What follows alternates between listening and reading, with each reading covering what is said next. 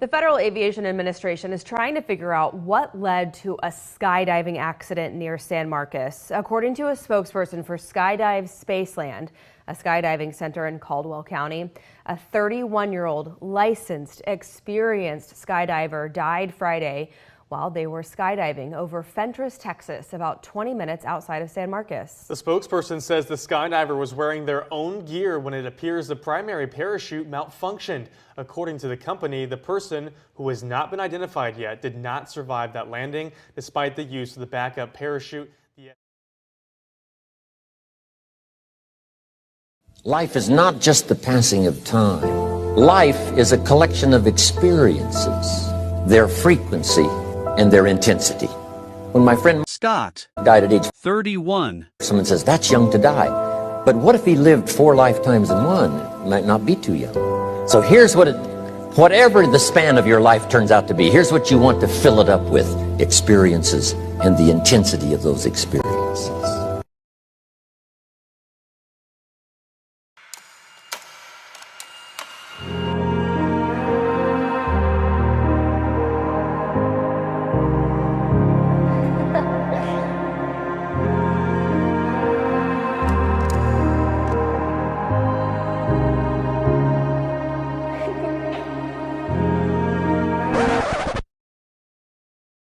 Nah, fuck that. Play something else.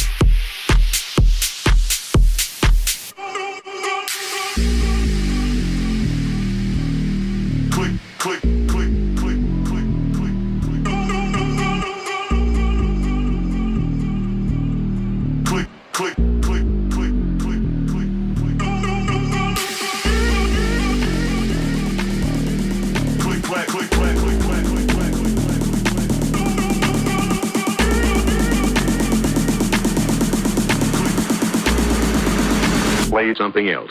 Nah, fuck that.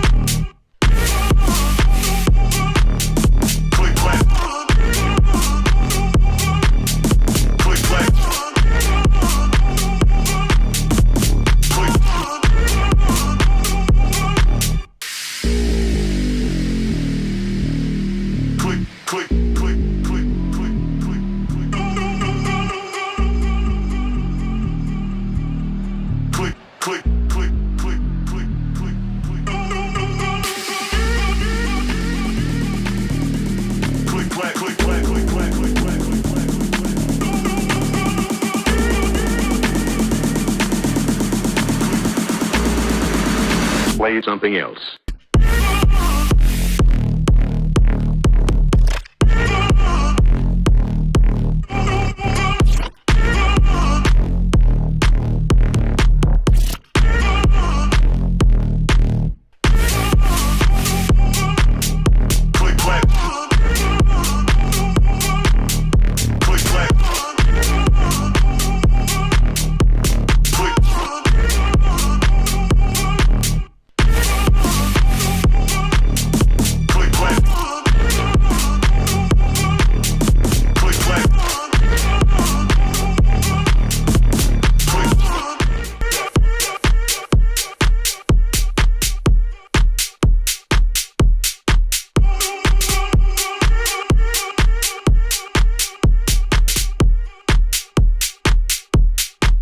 Nah, fuck that.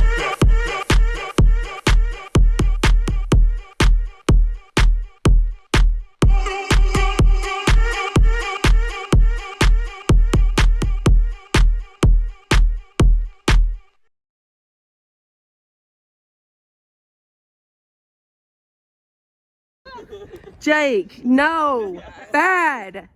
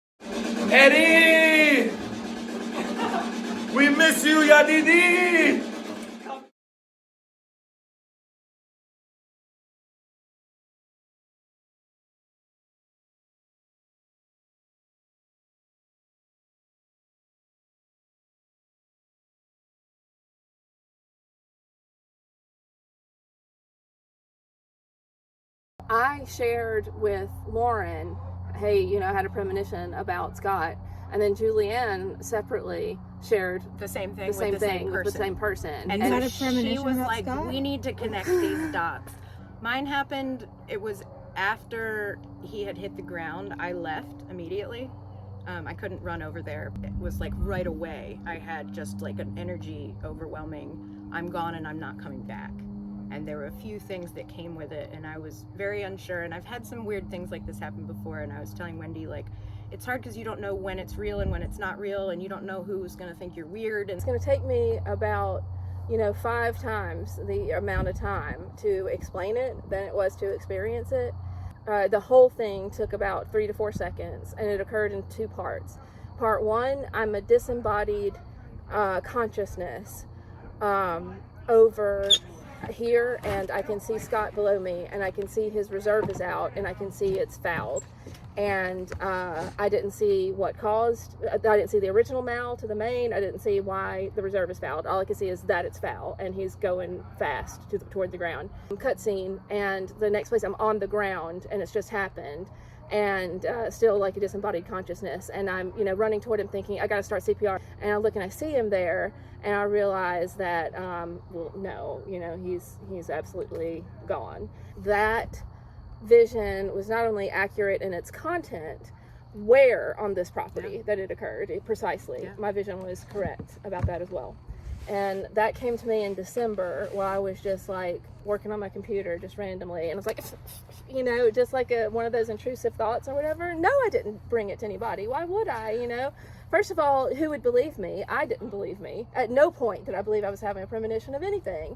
And so if I had also brought it to someone, the other thing is, where's the information that's, okay, well, why did this happen? I don't know. When does it happen? That would help. I don't know. Yeah. I did not have enough information to be helpful or to prevent it, and I don't believe it was something that was preventable. I watched everything happen, and I left. I couldn't run over there. I had to leave the drop zone. So he hit the ground, and I left. I had gotten down 20, almost to Seguin, so it had been probably 25 or 30 minutes. And that's when I had the feelings or sensations or whatever it is. They don't really come in words, so it's hard to kind of put them into words, but I will do my best. The first one was, I'm gone, and I'm not coming back. I'd had 2 near-death experiences, and both times I had a choice. And it was, I was given the choice, and I'm not coming back. Part of that was, this is how it was always supposed to be. This is what I signed up for, like this short, intense version this time. Part of that was related to Naz, not anything specific, but she was part of the journey, like what he signed up for in the short period that he was supposed to be here. Something that came up that I didn't understand and there were no real specifics around was something happened that he couldn't change. And that was part of the reason he couldn't come back this time. Because the way it was supposed to go, this thing was either not supposed to happen or it was something that he couldn't change. I don't know. But that was pretty much it.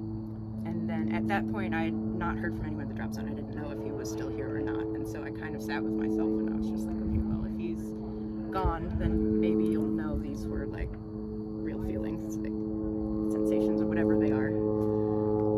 And he was. And I didn't really know what to do with that information. Everyone was very sensitive at the time. And I also am not super familiar with him either. So I didn't know if like maybe there was a thing that happened that would be like a sensitive, I don't know. It didn't feel like it was something I should like bring to anyone. So I kind of just sat with it. But that's pretty much all that happened on that day. I wasn't going to tell anybody because, I mean, why would I, right? And just don't want to talk about it. But then Naz and I were having dinner one night and we had a few drinks and we were talking about, destiny and things that are mutable and stuff like that. And I just blurted it out. I had a vision of Scott's death. And she says, so did I, but I don't want to talk about it. So now we have 3 people reporting to have had some sort of, psychic. All with the I don't want to talk about it at the end. Right. But do you think that you might, from this if you're getting premonitions like this, you might be a little more vocal, or you? No, and here's why. Because if I had talked to somebody about it before it had happened, I'd be sitting here now wondering if I made it happen. Like manifesting. Have you heard of manifesting? You give energy into a wish or a fear. And that's kind of why we sat down to just kind of practice and compare notes, because what are the chances that we both, the one person we told, just happened to be the same person, right? And then also, what are the chances that we finally sit down after like a very long time and you just happen to be talking about the same person over there? He's reaching out, and hasn't gotten through clear enough, obviously, from anyone to get the message in a way that it needs to be shared, because all of us at the end of it are, I shouldn't tell anyone, is the follow-up, because we're not practiced enough, if you will. But he's reaching out hardcore.